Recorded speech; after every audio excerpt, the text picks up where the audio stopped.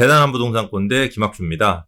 자, 여러분들 이 유튜버로 부동산 공부를 많이들 하시는데 전문가들 얘기를 들어보면 어떤 전문가는 오른다 그러고 떨어진다 그러고 또는 보합으로 간다 그래요. 자, 2022년도 부동산 시장이 어떻게 될까? 저도 헷갈립니다. 혼돈의 시장인데 제가 요거 한 가지만은 저는 확신할 수 있을 것 같아요. 자, 제가 뒤에 얘기하는 이 부동산 한 가지만큼은 2022년도에 무조건 뛰고 2023년도에는 더 많이 뛸 것으로 저는 확신합니다. 근데 저는 어떻게 그런 확신을 할 수가 있었을까요? 저는 나무를 보지 않고 숲을 봅니다. 이 정보를 하나하나 따로 떨어져 보면은 큰 흐름이 보이지 않아요. 근데 이 정보를 엮어서 보게 되면은 큰 흐름이 보이기 때문에 저처럼 여러분들도 확신을 갖고서 투자를 할 수가 있습니다. 자, 오늘 그 부분에 대해서 제가 알려드리고 제 방송을 꾸준히 보신다 그러면 여러분들도 여러분 스스로가 확신을 갖는 그런 부동산을 찾을 수가 있습니다. 자, 지금 시작해 보도록 하겠습니다. 자, 여러분들 스스로가 확신을 가지려면 나무가 아닌 숲을 봐야 돼요. 그러니까 뉴스를 하나하나 보는 게 아니고 큰 뉴스에 여러 개의 뉴스를 같이 보면서 흐름을 잡아야 됩니다. 그래서 오늘 제가 이번 주 한 주에 이슈됐던 뉴스를 가지고 엮어서 그 흐름을 보는 법에 대해서 설명을 해드리도록 하겠습니다. 먼저 이 뉴스 먼저 보도록 하겠습니다. 자, 전국 불장 2030 영끌, 그 어느 때보다 뜨거웠던 부동산입니다. 올 한 해의 부동산 특징이 2030이 영끌했고 IMF 이후로 가장 많이 상승한 시기였다. 요게 주요 뉴스인 것 같습니다. 자, 뉴스를 들여다보도록 하겠습니다. 주요 내용을 보게 되면 요게 있네요. 올 아파트 매매가 상승률 12지역이 나왔습니다. 그래서 주요 내용을 보면은 의왕, 시흥, 안양, 안산, 인천, 상록, 군포, 오산, 평택, 안성. 이제 지방분들은 모르겠지만 이게 전부 다 경기도 지역입니다. 그리고 또 하나 특징이 뭐냐면 이게 어떤 개발 호재가 있는 지역이 아니고 물론 GTX가 들어서는 한두 군데 지역은 있지만 그렇지 않은 지역은 대부분 그동안 사람들이 많이 외면했던 지역, 사람들이 많이 찾지 않는 투자처하고는 상관없는 그런 지역이었는데 이게 올 한 해 가장 많이 뛴 겁니다. 그럼 이 특징을 보면 무슨 일이 벌어진 거냐면 올 한 해는 그냥 이렇습니다. 2020년부터 2021년까지 전 세계적으로 경기가 안 좋을 걸 예상해서 돈을 엄청나게 찍어냈어요. 그럼 돈을 많이 찍어냈으니까 화폐 가치가 어떻게 됐을까요? 하락을 한 겁니다. 그러니까 화폐 가치 하락에 따른 부동산 가격, 실물 자산의 상승이라고 보시면 될 것 같아요. 그러니까 부동산의 이 지역에, 이 11을 한 지역의 가치가 뛴 게 아니고 가치는 그대로야. 근데 화폐가 많아지면서 화폐의 가치가 떨어졌어. 그러면서 부동산 전체적인 가격이 위로 올라간 겁니다. 그러니까 어떤 지역만 뛴 게 아니에요. 전체적으로 올라간 거지. 그러면 2022년도에는 어떻게 될까? 자, 주머니 속의 송곳은 튀어나오게 돼 있어요. 그러면 2022년도에는 개발 호재가 있는 지역. 왜? 가치가 전체가 뛰었기 때문에 개발 호재가 있는 지역이 뛴 게 아니에요. 그러면 이제부터는 뭐냐? 개발 호재가 있는 지역이 따로 뛰겠네요. 그리고 그렇지 않은 지역은 조정이 되는 아마 그런 시기로 예상이 될 거기 때문에 여러분들이 개발 호재가 있는 지역으로 갈아타기를 해야겠구나. 이런 마음의 준비를 일단은 해 두실 필요가 있습니다. 이 뉴스의 또 포인트 하나는 뭐냐면 제목입니다. 전국 불장 2030이 영끌해서 아파트를 샀다라고 하는 거죠. 그러니까 2030이라고 하는 건 원래 부동산에서는 참여를 하지 않는 세대였어요. 보통 부동산은 40, 50대의 전유물이라고 그랬죠. 근데 그런 2030이 지금 아니면 집을 못 살 것 같다. 너무 많이 폭등할 것 같다는 생각에 부모 찬스 또는 대출을 엄청나게 껴가지고 결국 영끌해서 아파트를 구입을 한 거죠. 자, 이게 그럼 2022년도 어떤 흐름으로 갈까? 2022년도는 빌라 시장입니다. 그러니까 이 영끌했던 요 세대들이 결국 아파트가 너무 이제 뛰었기 때문에 결국은 빌라로 갈아탈 거라고 하는 거죠. 이게 빌라가 과연 돈이 될까요? 이렇게 생각하시면 돼요. 자, 우리가 이 아파트를 사람들이 투자했던 이유는 뭐냐? 이 6억짜리 이하 아파트는 새 아파트가 아닙니다. 약간 낡은 아파트예요. 근데 왜 그런데도 불구하고 사람들이 아파트를 살까? 나는 새 아파트 살고 싶은데. 왜냐면 아파트는 25년 차가 되면 리모델링을 통해서 새 아파트로 바뀌어요.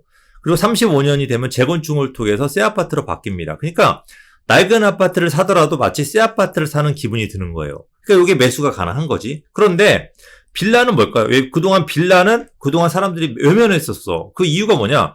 빌라는 20년이 되면 낡았는데도 불구하고 그냥 빌라야. 빌라는 40년이 됐는데 낡았는데도 그냥 빌라야. 그럼 빌라는 그냥 낡은 빌라를 내가 살 이유가 없다 보니까 사람들이 빌라는 낡으면 망한다라는 인식이 깔렸단 말이에요. 근데 지금은 서울도 그렇고 정부도 그렇고 서울시를 중심으로 재개발 붐을 일으키고 있습니다. 그러니까 뭐냐?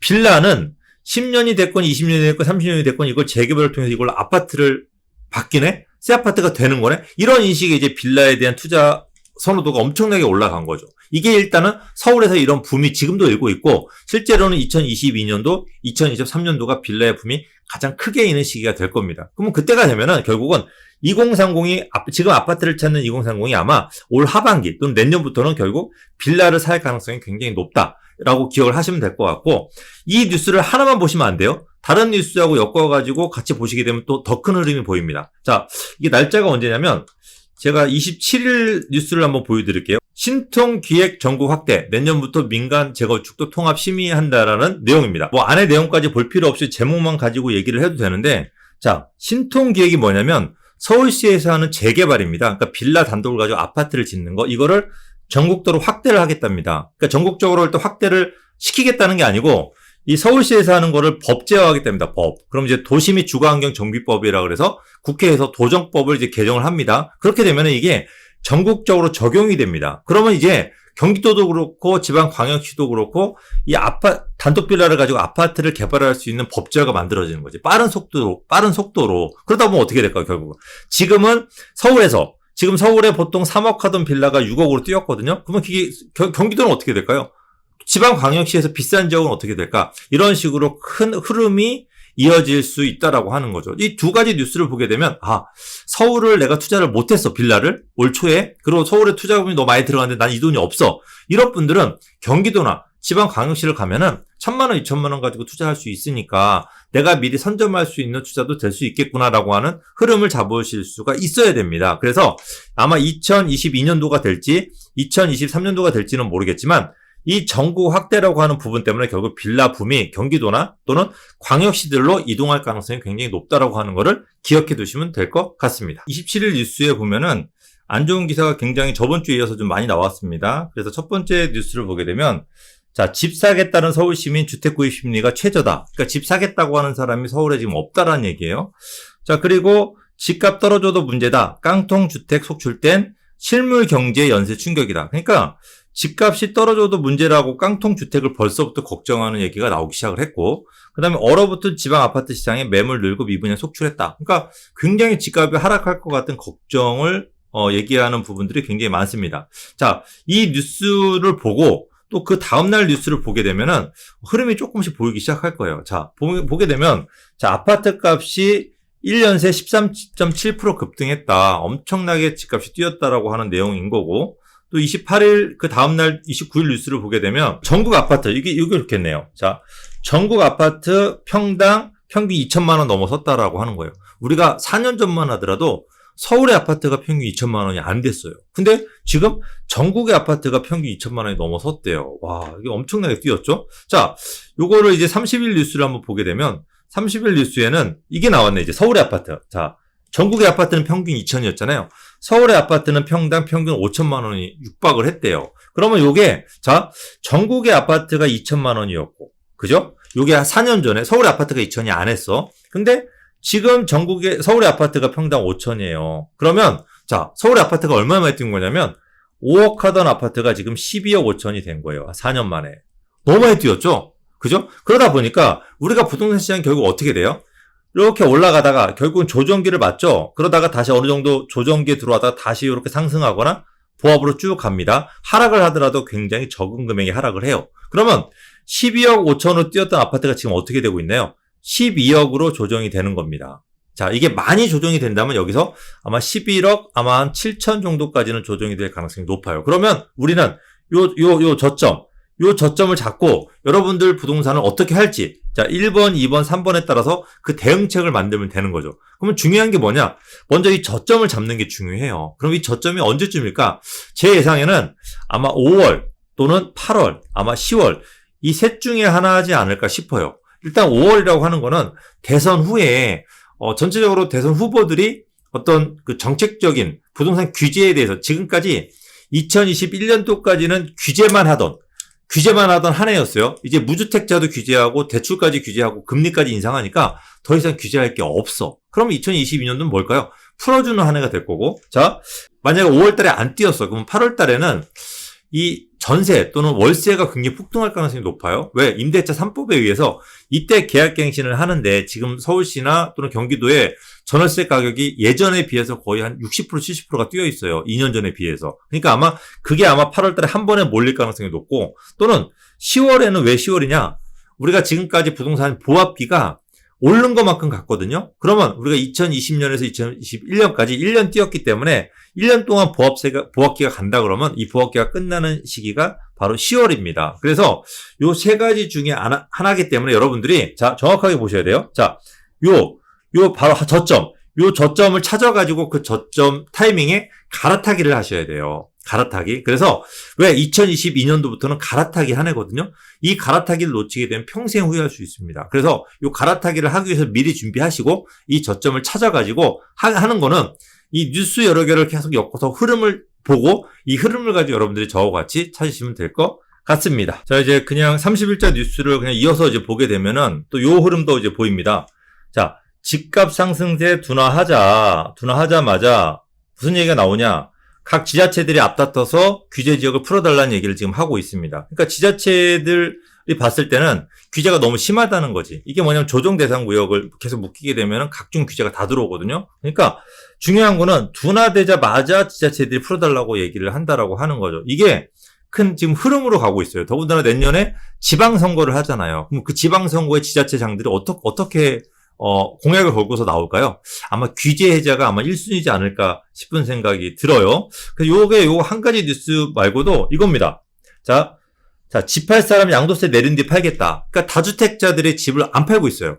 다주택자 양도세가 완화될 때까지. 근데 요거는 지금 여당도 그렇고 야당 후보도 그렇고 계속 하겠다고 지금 하고 있습니다. 그러니까 요런 약간 흐름이 30일자뿐만이 아니라 계속 이게 가고 있어요. 자, 29일을 보게 되면은 자, 여당 후보도 지금 얼마 전에 양도세 얘기했잖아요. 취득세도 완화한다. 취득세까지 너무 비싸다. 완화한다. 이런 얘기 계속 나오고 있고.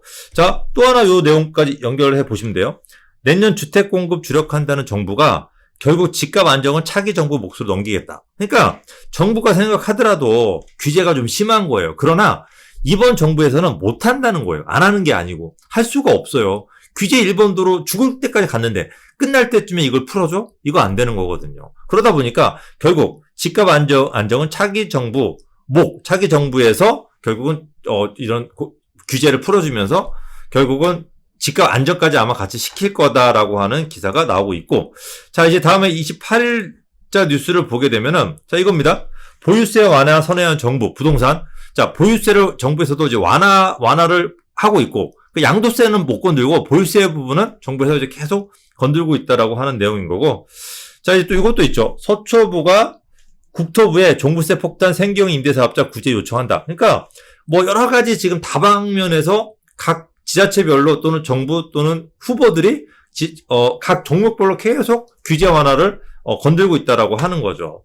자, 요거하고 아까 보셨던 내용 중에 하나 더 보게 되면 생각나네요. 27일 날짜 보게 되면 자, 요거죠.